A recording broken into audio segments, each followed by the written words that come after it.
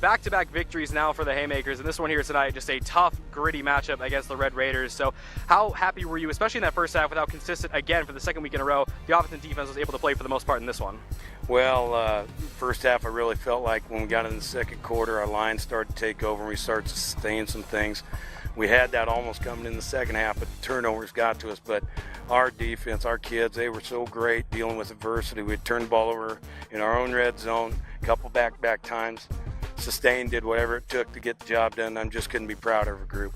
And speaking of that defense, especially in that first half, K. Lewis, this one, over 400 rush season, such a dynamic player. Are you able to contain such a dynamic offensive player in K. Lewis? Well, you don't really contain him. You just, you hope to try to keep him in bay long enough that he's not going to hurt you. But the kid's great talent, and they've got a good line up front.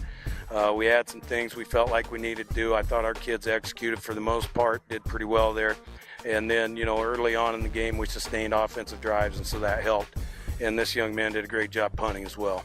And then in that fourth quarter, it seemed opportunity after opportunity for Sydney late in that fourth, kind of fourth down after fourth down. So what were you kind of saying to your defense to try to keep them energized and keep them from allowing some of those big plays to actually go through on those fourth downs? I just told them bow their necks. I mean, that's, when adversity hits, you can't sit there and cry about it. You got to get out and work, and you got to make something happen. That's the situation you have, and you got to go out and battle and fight and do whatever it takes to get the job done. They did a good job with it. And Coach, finally, now back-to-back wins as you head into district play now next week. You're on the road again against Holdridge. So how are these victories, kind of these tough adversity type wins, going to help you then setting up into district play starting next week? Well, when you know that you can sustain under the most difficult circumstances, if you execute better on both sides of the ball, you don't turn the ball over, things are going to come your way. So obviously a positive look at that, and 2-2 going to district play, we'll take that, and it's going to be a good confidence boost for us going forward.